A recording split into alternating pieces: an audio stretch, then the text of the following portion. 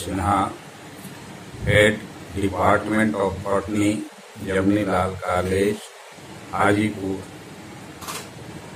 आज मैं TDC part 1 के छात्रों के लिए सेल डिवीजन बताने जा रहा हूं, जो कि परीक्षा के दृष्टिकोण से काफी इम्पोर्टेंट है ये। तो अब हम शुरू करते हैं सेल डिवीजन। सेल डिवीजन पढ़ने के पहले हमें ये देखना होगा कि सेल कितने प्रकार के होते हैं और उनमें किस तरह का डिवीजन होता है। तो देखें हम, जैसा कि दिखाया जा रहा है सेल डिवीजन में कि दो तरह का सेल है, एक प्रोकैरियोटिक सेल और दूसरा यूकैरियोटिक सेल। तो प्रोकैरियोटिक यानी प्रिमिटिव कैरियोटिक न्यूक्लियस से संबंधित है, यानी प्रिमिटिव टाइप ऑफ न्यूक्लियस, जिसमें कि न्यूक्लियर मेम्ब्रेन नहीं होता है, लेकिन न्यूक्लिक मटेरियल जो है वो सेंट्रोप्लाज्म में पाया जाता है। तो उस तरह के सेल को हम प्रोकैरियोटिक सेल कहते हैं, और इसमें न तो माइटोसिस डिवीजन होता है न मियोटिक डिवीजन होता है।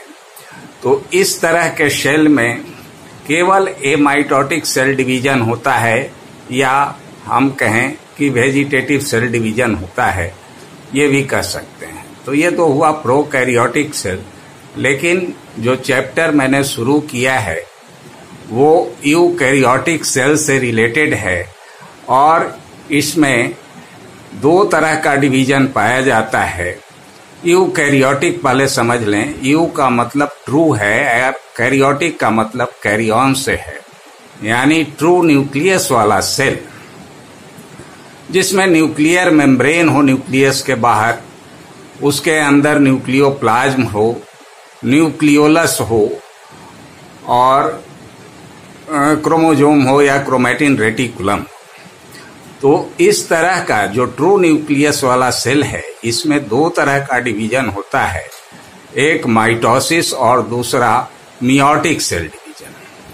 तो जहां तक माइटोटिक सेल डिवीजन या माइटोसिस का प्रश्न है, तो यह वेजिटेटिव या सोमैटिक सेल में होता है, जिसके कारण पौधों की लंबाई, चौड़ाई इत्यादि जो बढ़ता है वो इसी तरह के सेल डिवीजन के कारण होता है, माइटोटिक सेल डिवीजन के कारण। मियोटिक सेल डिवीजन जो दूसरा है, ये रिप्रोडक्टिव या गैमेटिक सेल में होता है। अब ये रिप्रोडक्टिव सेल में, अब यहाँ हम थोड़ा सा बताना चाहेंगे कि जैसे जब रिप्रोडक्शन की क्रिया होती है तो उसमें दो तरह के गैमेट भाग लेते हैं, एक मेल गैमेट और दूसरा फीमेल गैमेट। मान लिया जाए कि किसी प्लांट में क्रोमोजोम की संख्या 6 है, तो उसके मेल गैमेट में भी क्या होगा, क्रोमोजोम की संख्या 6, फीमेल गैमेट में भी क्या होगा, क्रोमोजोम की संख्या 6। ये दोनों मिल जाएंगे तो क्रोमोजोम की संख्या 12 हो जाती है। लेकिन हम ये जानते हैं कि प्रत्येक जीवों में क्रोमोजोम की संख्या निश्चित होती है। तो मियोटिक सेल डिवीजन, जिसे हम हिंदी में कहते हैं अर्धसूत्री विभाजन, तो यहाँ पर जो 12 हुआ वो घट करके आधा हो जाता है, यानी 6 हो जाता है इस डिवीजन के चलते।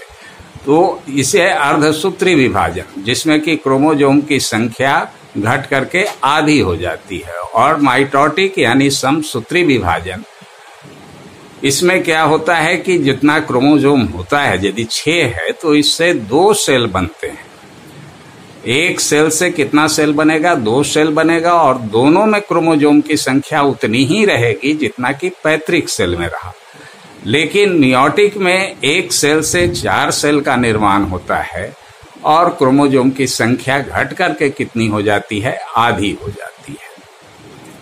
अब ये जो प्रोसेस है, हम पहला लेते हैं माइटोटिक सेल डिवीजन। तो ये जो सेल डिवीजन का प्रोसेस है, माइटोटिक हो या मियोटिक हो, ये दोनों में चलता है।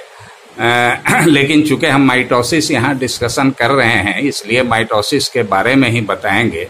माइटोटिक सेल डिवीजन जो है, इसको अगर हम इसके पूरे प्रोसेस को एक साइकिल में अगर देखें तो सबसे पहले सेल अपने आप को डिवीजन के लिए तैयार करता है, जिसे हम इंटरफेज कहते हैं। और इंटरफेज बटा हुआ होता है G1S और G2 में, जो कि फिगर में दिखाई दे रहा है, G1S और G2 में। उसके बाद डिवीजन का जो माइटोसिस है वो होता है, और उसके बाद साइटोकाइनेसिस यानी डिवीजन ऑफ द साइटोप्लाज्म। अब यहाँ पर जीवन में है, जीवन जो स्टेज है उसमें क्या होता है, डुप्लीकेशन होता है एक्सेप्ट क्रोमोसोम। बाकी जो न्यूक्लियस के मटेरियल हैं उनका माने बढ़ना होता है, ग्रोथ होता है। एस में है डीएनए का डुप्लीकेशन यानी सिंथेसिस ऑफ डीएनए, और G2 में है कि वैसे चीज जो छूट गए हों, उनका मान लिया कि डिवीजन के लिए पूरा तैयार नहीं है, किसी चीज के कारण वो थोड़ा कमी रह गया है, एरर रह गया है, तो वो सारी प्रक्रिया G2 फेज में पूरी हो जाती है। अब इसके बाद रियल डिवीजन जो प्रोसेस है M यानी माइटोसिस, तो यहाँ पर देखा जाए तो माइटोसिस बटा हुआ है 4 स्टेज में, प्रोफेज, मेटाफेज, एनाफेज और टीलोफेज।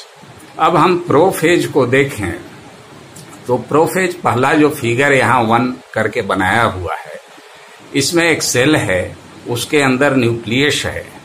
तो सबसे पहले ये जो टूटा हुआ न्यूक्लियर मेम्ब्रेन NM जिसको हम दिखा रहे हैं, ये शुरू में टूटा हुआ नहीं होता है, लेकिन जैसे जैसे और ये जो क्रोमोसोम जो कि स्पष्ट हमें दिखाई दे रहा है, न्यूक्लियोलस ये सब दिखाई दे रहा है, तो ये शुरू में जो मेम्ब्रेन है, न्यूक्लियर मेम्ब्रेन, वो पूर्ण होता है। लेकिन धीरे धीरे जो लेट प्रोफेज है, अर्ली प्रोफेज और लेट प्रोफेज, तो अर्ली प्रोफेज में तो वो टूटा हुआ नहीं होगा, लेकिन जैसे जैसे प्रोफेज का प्रोसेस आगे बढ़ते रहता है तो उसका न्यूक्लियर मेम्ब्रेन जगह जगह से ब्रेक होने लगता है, और ये जो क्रोमोसोम देख रहे हैं बीच में लाल और वो ब्लू रंग का, तो वो उस ढंग का होता नहीं है। वो शुरू में रेटिकुलेट होता है, उलझा हुआ होता है, धीरे धीरे उसका कंडेंसेशन होता है और संघनित होकर वो छोटा होता है, और फिर वो उतने ही भागों में बंटता है जितना कि उसमें क्रोमोसोम की संख्या होती है। अब यहाँ पर 4 दिखाया गया है, तो समझो कि 4 जो है इस सेल में क्रोमोसोम की संख्या है। इसमें 2 रंगों से दिखाया गया है, एक मैटरनल साइड का है और दूसरा पैटर्नल साइड का क्रोमोसोम है। तो अब धीरे धीरे इसमें जब कंडेंसेशन होगा तो क्रोमैटिन रेटिकुलम जो जाल नुमान उसके अंदर स्ट्रक्चर है वो टूटेगा, और उतने ही क्रोमोसोम में बटेगा जितना उसमें नंबर होगा। दूसरा न्यूक्लियर मेम्ब्रेन भी ब्रेक करने लगता है जगह जगह से, और जो न्यूक्लियोलस देख रहे हैं वो डिसअपियर होने लगता है। पूर्ण रूप से तो डिसअपियर नहीं होता है, लेकिन आंशिक रूप से वो डिसअपियर हो जाता है। तो ये हुआ प्रोफेज। दूसरा है मेटाफेज। तो मेटाफेज में ये जो न्यूक्लियर मेम्ब्रेन था वो पूर्ण रूप से डिसअपियर हो जाता है, और दोनों अपोजिट पोल से स्पिंडल फाइबर का निर्माण होता है। स्पिंडल फाइबर का निर्माण होता है, और ये जो क्रोमोसोम जो 2 रंगों का है वो इक्वेटर पर चला आता है, यानी मध्य में चला आता है। अब इक्वेटर पर आने के बाद क्रोमोसोम स्पिंडल फाइबर से जुड़ जाते हैं। कुछ वैसे भी स्पिंडल फाइबर होते हैं जिसमें कि क्रोमोसोम नहीं पाया जाता है, लेकिन यहाँ पर सबों में दिखाया गया है जितने स्पिंडल फाइबर्स हैं सबके साथ जुड़ा हुआ होता है। तो ये परिवर्तन होता है कि क्रोमोसोम मेटाफेज में कि क्रोमोसोम इक्वेटर पर आ जाता है, और सेंट्रोमियर जो कि क्रोमोसोम के मध्य में या थोड़ा बहुत मध्य से हट करके होता है, वो सेंट्रोमियर स्पिंडल फाइबर से जुड़ जाता है। तीसरा है एनाफेज। तो एनाफेज में क्या होता है कि दोनों पोल से स्पिंडल फाइबर का इन अपोजिट डायरेक्शन खिंचाव शुरू हो जाता है, और खिंचाव होने के कारण क्रोमोसोम, जिसमें कि 2 क्रोमैटिड्स होते हैं, वो बीच से लॉन्गिट्यूडनली स्प्लिट कर जाते हैं और डिफरेंट पोल की ओर मूव करना शुरू कर देते हैं। तो यहाँ देखा गया है कि जो मेटाफेज में इक्वेटर पर था, बीच में था, और एनाफेज में हम क्या देख रहे हैं कि दोनों पोल पर वो क्रोमोसोम आधा आधा बट करके अपने विपरीत पोल पर चला जा रहा है। तो ये परिवर्तन होता है एनाफेज में। और ये चौथा जो है, ये देखो फिगर, हाँ, चौथा जो है ये टीलोफेज है। टीलोफेज में क्या है कि जो मूव किया था क्रोमोसोम लॉन्गिट्यूडनली स्प्लिट करके, वो पूर्ण रूप से पोल पर चला आता है। जब पोल पर चला आता है तो इसके चारों तरफ हम देख रहे हैं कि वाल बनना शुरू हो गया है, यानी न्यूक्लियर मेम्ब्रेन का निर्माण होना शुरू हो जाता है, और इसके अंदर वो सारे चीज जैसे कि न्यूक्लियस, न्यूक्लियोलस, न्यूक्लियोप्लाज्म इत्यादि का निर्माण धीरे धीरे होना शुरू हो जाता है। यहाँ पर हम देख रहे हैं कि जो सेल का आउटर लेयर है उसमें बीच में ग्रूव उत्पन्न होना शुरू हो गया है दोनों तरफ से। तो ये ग्रूव जो है धीरे धीरे बढ़ते चला जाता है, और अंत में ये जब एक दूसरे से मिलता है तो सेल 2 भाग में बट जाता है, और इस तरह से एक सेल से 2 सेल का निर्माण होता है। Thank you.